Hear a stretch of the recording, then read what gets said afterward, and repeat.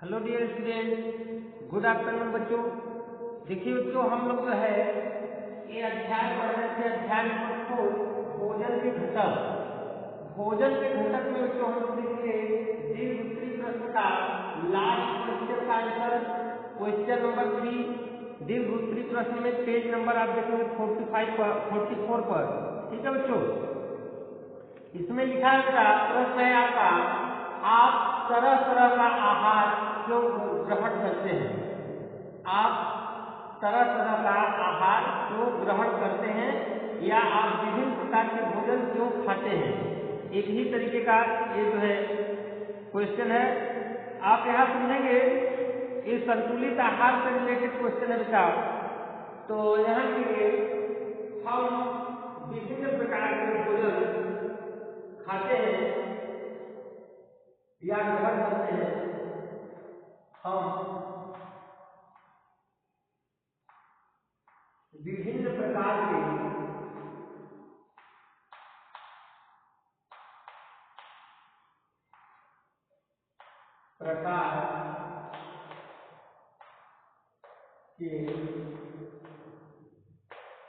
भोजन ग्रहण करते हैं।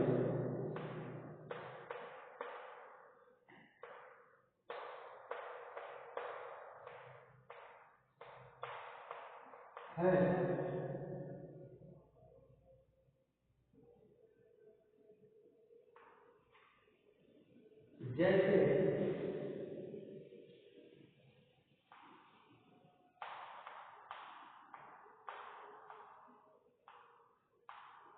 दालें,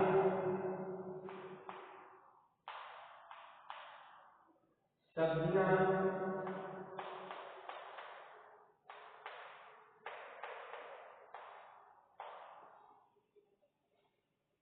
रोटी,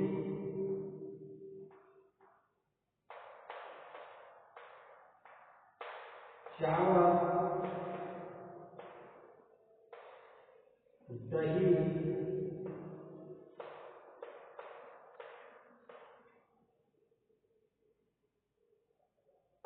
दूध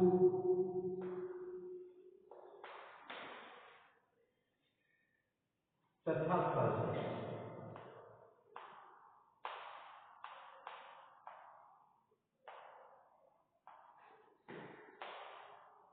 इत्यादि।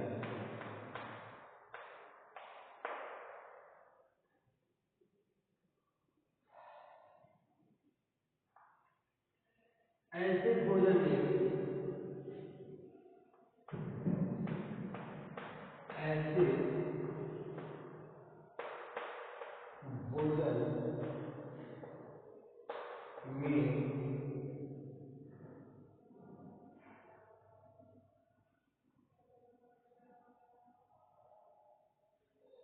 विभिन्न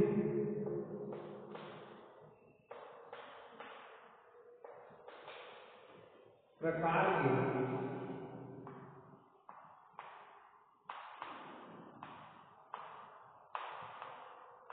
पोषक तत्व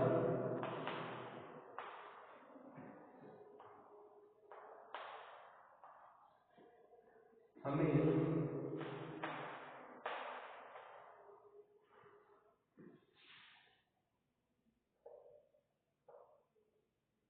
ऐसे भोजन से विभिन्न प्रकार के पोषक तत्व हमें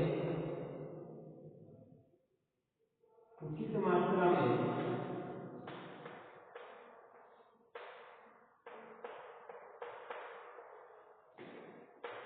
में प्राप्त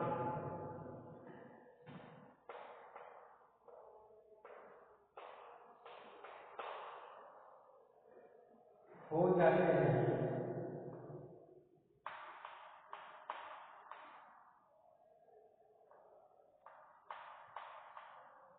जिससे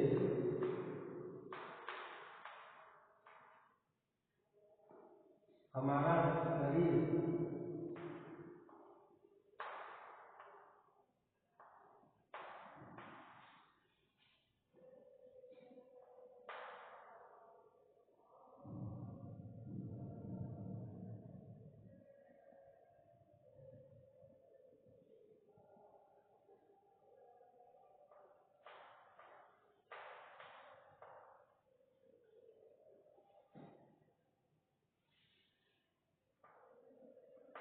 वृद्धि व विकास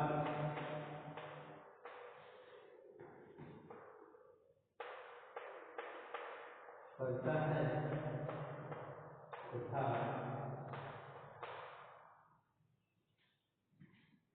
स्वस्थ रहता है।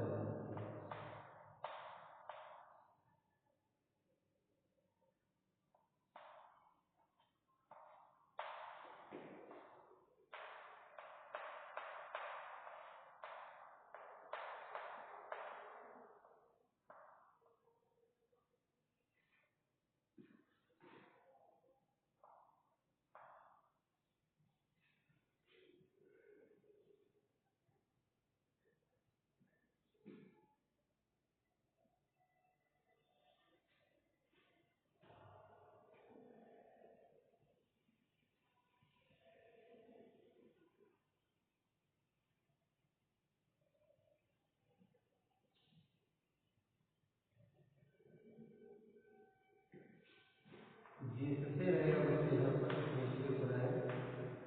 एक बात समझिए, हम विभिन्न प्रकार के भोजन या तरह तरह के भोजन क्यों खाते हैं, तो इसका आंसर आप लिखिए बेटा, विभिन्न प्रकार के भोजन ग्रहण, हम विभिन्न प्रकार के भोजन ग्रहण करते हैं, जैसे दालें, सब्जियां, रोटी, चावल, दही, दूध तथा फल इत्यादि। ऐसे भोजन से विभिन्न प्रकार के पोषक तत्व हमें उचित मात्रा में प्राप्त हो जाते हैं, जिससे यहाँ पर थोड़ा सा आगे इसको लिख रहे हैं, जिससे हमारा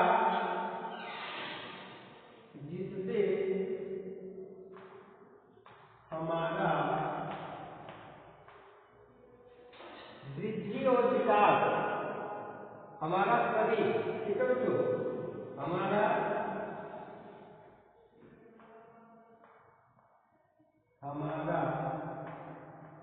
शरीर वृद्धि व विकास करता है तथा स्वस्थ रहता है। ठीक है बच्चों, ये आप क्वेश्चन का आंसर लिखेंगे।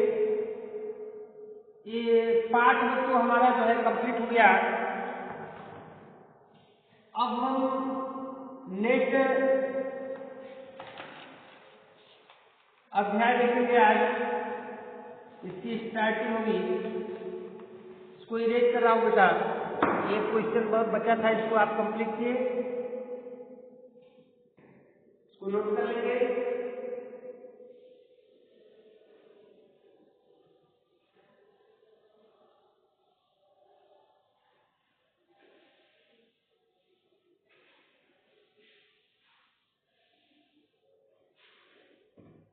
अब आप अगला अध्याय देखेंगे बेटा, मापन।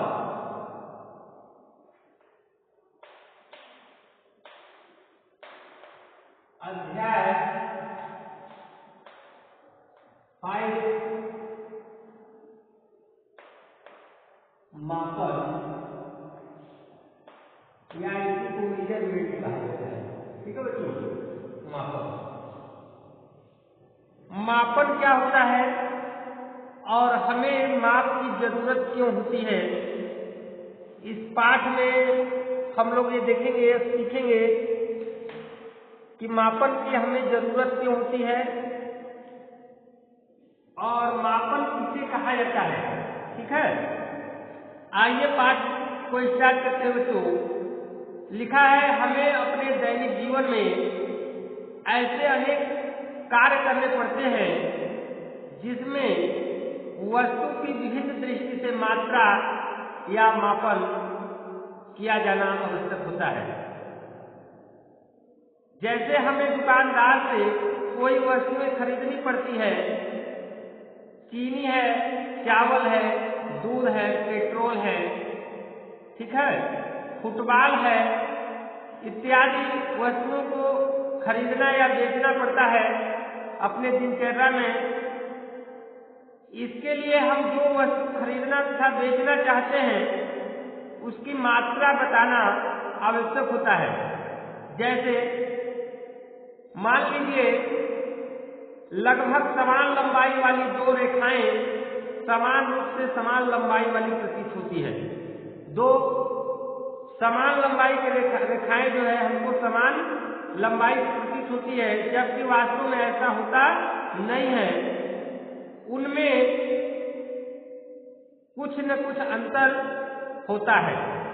ठीक है, कुछ कोई थोड़ा बड़ा होता है तो कोई थोड़ा सा छोटा अवश्य होता है। रेखाओं की वास्तविक लंबाई जानने के लिए हमें जो है पैमाने की आवश्यकता पड़ती है, सहायता लेनी पड़ती है। पैमाने की सहायता से ही दोनों रेखाओं की सही लंबाई की जा सकती है। इसी प्रकार दो गिलास में पानी भरा है तो किस गिलास में कितना पानी है ये आप ठीक तब तक नहीं बता पाएंगे जब तक उसका मेजरमेंट नहीं करते हैं, मापन नहीं कर लेते हैं। इसको केवल देख करके नहीं बल्कि माप कर ही मालूम किया जा सकता है। इस प्रकार किसी वस्तु के विशेष गुण की मात्रा को जानना मापन कहलाता है। किसी वस्तु के विशेष गुण की जो मात्रा है उसको जानना क्या कहलाता है? मापन कहलाता है। मापन की परिभाषा इस तरीके से निकल कर आ रही है बच्चों कि किसी वस्तु के विशेष गुण की मात्रा को जानने के लिए हम जो है जिसका उपयोग करते हैं, ठीक है, उसको हम क्या कहते हैं? मापन कहते हैं। दैनिक जीवन में हम वस्तुओं के निम्नलिखित गुणों को मापते हैं, जैसे लंबाई है, मोटाई है, व्यास है, क्षेत्रफल है, आयतन है, दूरी है, द्रव्यमान है, गहराई है, समय है, तापमान और भार इत्यादि। बहुत सी चीजों को बहुत से ऐसे गुण हैं उसके वस्तु के जिनका हम मेजर करते हैं। अब आप सीधा टॉपिक पर आएंगे बच्चों, मापन क्या है? एक एग्जाम्पल के द्वारा आप समझने का प्रयास करिए। यदि आप जो है कोई सब्जी खरीदने के लिए मार्केट में पहुंचते हैं दुकान पर, तो दुकानदार से आपको आलू मान लीजिए लेना है, तो आप अगर दुकानदार को कहते हैं कि हमको आलू चाहिए, ठीक है, तो दुकानदार आप 1 किलो आलू चाहते हैं, अगर दुकानदार ने आपको जो है इसी तरीके से वो उठा करके आलू दे दिया, एक छोटी थैली में भर दिया, तो आपका जो आलू होगा वो 1 किलोग्राम से कम भी हो सकता है, ज्यादा भी हो सकता है। ठीक है, तो अगर कम होगा तो आपका लाभ होगा उसमें, यदि ज्यादा होगा तो आपका प्रॉफिट होगा। इसी तरीके से यदि ज्यादा आपको वो दे देता है तो दुकानदार को लाभ होगा, और यदि कम देता है तो दुकानदार को प्रॉफिट होगा, लाभ होगा। ठीक इसी प्रकार से यदि आप कपड़े को खरीदने के लिए किसी कपड़े की दुकान में जाते हैं, तो आपको 1 मीटर कपड़े की जरूरत है, 1 मीटर कपड़ा आपको लेना है। तो दुकानदार से जब आप कहते हैं कि हमको 1 मीटर कपड़ा दे दीजिए, तो दुकानदार अगर उस कपड़े को बिना किसी स्केल से नापे इसी तरीके से आपको अंदाज से ही फाड़ करके दे देता है, तो कपड़ा 1 मीटर लंबाई से कम भी हो सकता है, थोड़ा ज्यादा भी हो सकता है। तो इस प्रकार से आप समझ रहे होंगे बच्चों कि जो है किसी भी वस्तु के विषय में, वस्तु के गुण के विषय में ठीक जानकारी प्राप्त करने के लिए हमें मापन की जरूरत हो रही है। अगर वह कपड़े का के दुकान में जो बैठा है दुकानदार, वो स्केल से अगर नाप करके उसको देता है, मेजर करके देता है, तो आपको कपड़ा ठीक ठीक लंबाई में वो मिल पाएगा। इससे न आपको कपड़ा थोड़ा ज्यादा मिलेगा न ही कम मिलेगा। इसी तरीके से यदि दूध लेना है, पेट्रोल लेना है, डीजल लेना है या कोई तरल पदार्थ लेना है, तो आप अगर बिना मीटर किए आप उसको लेते हैं या दुकानदार आपको देता है, तो उसमें उसकी मात्रा कम या अधिक हो सकती है। तो हम यहाँ पर कह सकते हैं बच्चों, किसी वस्तु के विशेष गुण की मात्रा, किसी वस्तु के विशेष गुणों की मात्रा की ठीक ठीक जानकारी प्राप्त करने के लिए हमें मापन की जरूरत होती है। ठीक है, पहला बात आपको बताया गया कि मापन क्या है। ये जो हम टॉपिक पढ़ रहे हैं मापन या मेजरमेंट, यह क्या होता है, तो आपको बताया गया किसी वस्तु के विशेष गुण की मात्रा को जानना मापन कहलाता है। किसी वस्तु के विशेष गुण की मात्रा को जानना मापन कहलाता है। यहाँ पर मापन की परिभाषा आप इस तरीके से लिख सकते हैं। मापन की परिभाषा किसी वस्तु के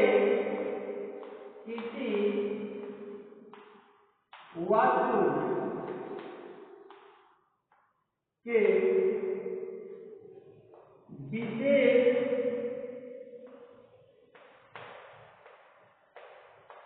गुण को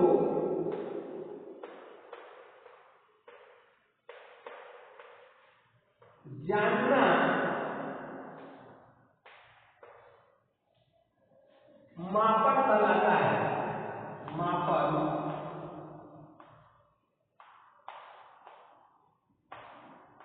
कहलाता है।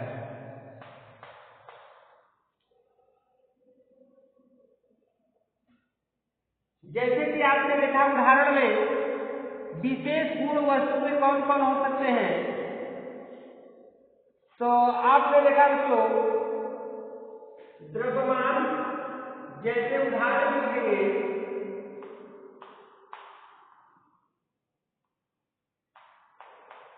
द्रव्यमान,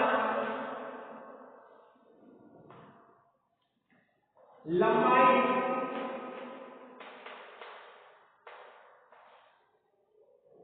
धारिता,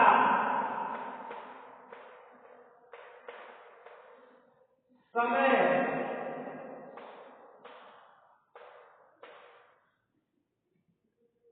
उसके बाद आप कह सकते हैं तापमान,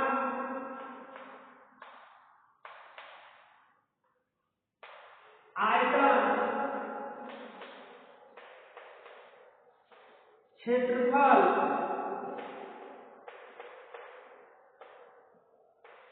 इत्यादि।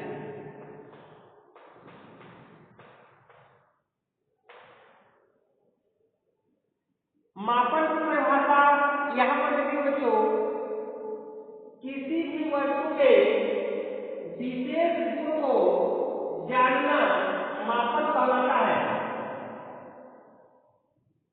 वो वस्तु का विशेष गुण क्या हो सकता है, द्रव्यमान भी हो सकता है, एक ठोस पदार्थों का निकल लेता है, लंबाई भी हो सकता है, एक दूरी को इसमें निकाला जाता है, लंबाई में, धारिता अर्थात जो तरल पदार्थ होते हैं उसकी कैपेसिटी को धारिता कहा जाता है।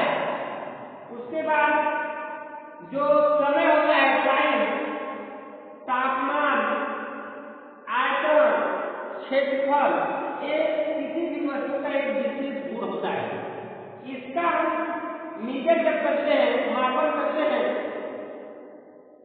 तो ये विशेष गुण को हम कैसे जान पाते हैं कि इसका द्रव्यमान कितना है, इसका लंबाई कितना है, इसका धारिता कितना है, समय कितना है।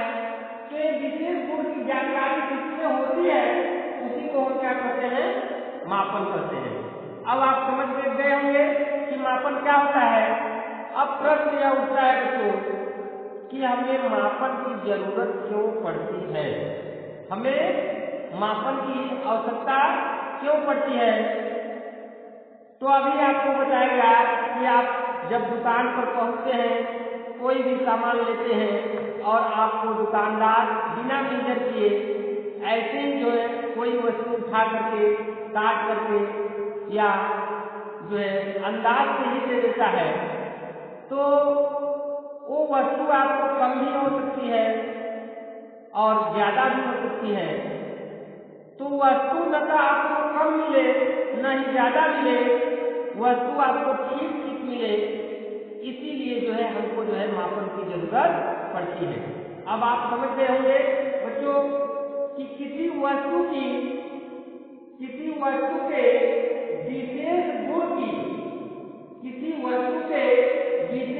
की ठीक ठीक जानकारी प्राप्त करने के लिए हमें मापन की जरूरत पड़ती है।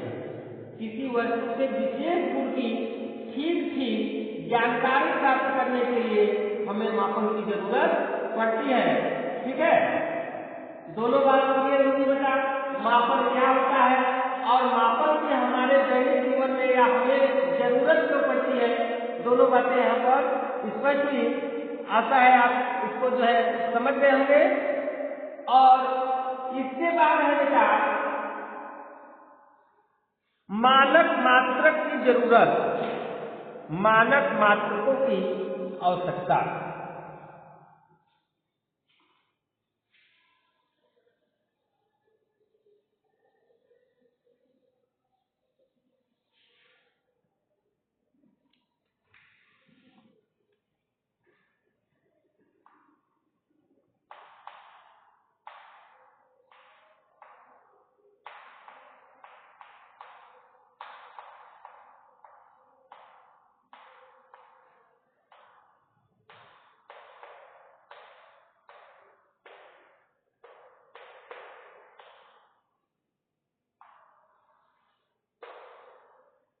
मानक मात्रों की आवश्यकता, जैसे अभी हमने विशेष गुण के विषय में देखा, जैसे लंबाई है, लंबाई के मानक मात्रक जो है मीटर होता है, तो इसकी जरूरत क्यों पड़ती है। ठीक है, आइए इसके विषय में चर्चा करते हैं। उपयुक्त समान मात्रकों से हमें वस्तु की लंबाई का अनुमान तो हो जाता है, किंतु हम उसकी बिल्कुल सही लंबाई मापने में असमर्थ रहते हैं। इसका कारण यह है कि जब अन्य किसी वस्तु का मापन अपने कदम, हाथ, बालिश से करते हैं, तो वह लंबाई आपके मित्र के कदम, हाथ अथवा बालिश के बराबर नहीं हो सकती है। अर्थात प्रत्येक व्यक्ति के हाथ, बाजू, बालिश की लंबाई माप भिन्न भिन्न होती है। इस कारण से वस्तु की सही लंबाई का ज्ञान नहीं हो पाता है और उपयुक्त मात्रक हमें प्रायः गलत सूचना दे देते हैं।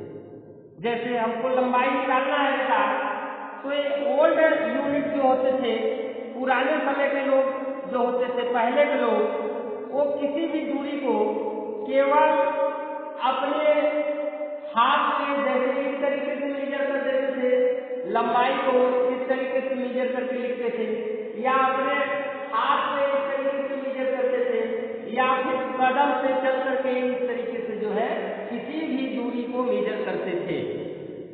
जो कि आपने देखा कि आप यदि छोटे हैं तो आपके द्वारा किसी भी लंबाई को मेजर अगर करते हैं, मान लीजिए आपने कमरे की लंबाई को मेजर किया, तो आप 15 कदम चलते हैं, तब आप कमरे की लंबाई को मेजर करते हैं। आपके कदम से जो है कमरे की लंबाई 15 कदम है, लेकिन अगर कोई आपसे बड़ा व्यक्ति है, मान लीजिए आपके पिताजी हैं या आपकी माताजी हैं, तो उनके कदम जो है बड़े होंगे। उनके कदम कैसे होंगे बच्चों, बड़े होंगे, तो वह जो है 10 ही कदम में उस लंबाई को माप लेंगे। तो इसका ठीक ठीक जानकारी नहीं प्राप्त हो पाएगा कि जो है इस कमरे की लंबाई 10 कदम है या 15 कदम है। यदि कोई दूसरा व्यक्ति उस कमरे की लंबाई को मीजर करता है, नापता है, तो उसके द्वारा जो है उसमें कदमों का जो संख्या है उसमें भी अंतर आने लगेगा। तो इस तरीके से जो है उससे हम जो है किसी भी लंबाई का ठीक ठीक जो है जानकारी नहीं प्राप्त हो सकता है, किसी भी विशेष गुण की ठीक जानकारी नहीं प्राप्त होती है। इसलिए जो है मानक मात्रक की जरूरत हुई बच्चों। उसके बाद जो है यहाँ पर देखिए प्रमाणित पैमाने के मानक स्थिर और उनकी माप सदा सटीक रहती है। मानक मात्रक की वह इकाई है जिसमें उस राशि की कुछ निश्चित मात्रा होती है, ठीक है, जिससे वह कभी भी प्रयोग में लाई जा सकती है, जिससे माप एक समान रहती है। अभी आपको बताएगा जैसे लंबाई का मात्रक मानक मात्रक मीटर होता है, उसी तरीके से द्रव्यमान में आप देखेंगे तो किलोग्राम होता है, ठीक है, और धारिता में आएंगे तो लीटर होता है, और समय में आएंगे तो सेकेंड होता है। और इसी तरीके से मानक मात्रक वो जो है निश्चित किए गए हैं, जो कि प्रमाणित पैमाने होते हैं और वो कभी गलत नहीं होते हैं। उससे अगर कोई भी मीजर करेगा तो सेम उतना ही आएगा, चाहे कोई भी उससे मीजर करे। तो आप समझ गए होंगे क्यों हमें जो है मानक मात्रक की जरूरत होती है। किसी भी वस्तु के विशेष गुण का मापन करने के लिए, ठीक ठीक मापन करने के लिए हमें जो है मानक मात्रक की जरूरत पड़ती है। इसके बाद दोस्तों हम लोग मापन के मानक मात्रक जो होते हैं वो कौन कौन से होते हैं, जैसे लंबाई के, उसके बाद द्रव्यमान के, समय के, धारिता के, क्षेत्रफल के, आयतन के, विभिन्न प्रकार के जो विशेष गुण होते हैं वस्तुओं के, उसके मानक मात्रक क्या क्या होते हैं, इसकी चर्चा हम लोग अगले वीडियो में करेंगे। तब तक के लिए बाय बाय बेटा, टेक केयर।